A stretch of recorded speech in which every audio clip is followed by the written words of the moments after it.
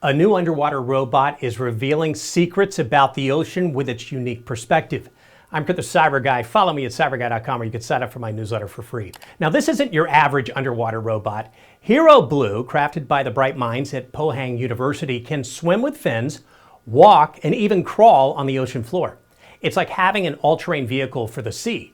With its cool multi-modal fins, Hero Blue moves through the water just like a fish, but when the sea gets rough, it's got a neat trick: walking right on the bottom like it's no big deal. When the current gets too strong or the water's too shallow, Hero Blue isn't bothered. It's got an awesome spine that wiggles and squirms, pushing forward against the flow. And check this out. It's got eyes in the front that could one day let it roam around on its own. How cool is that?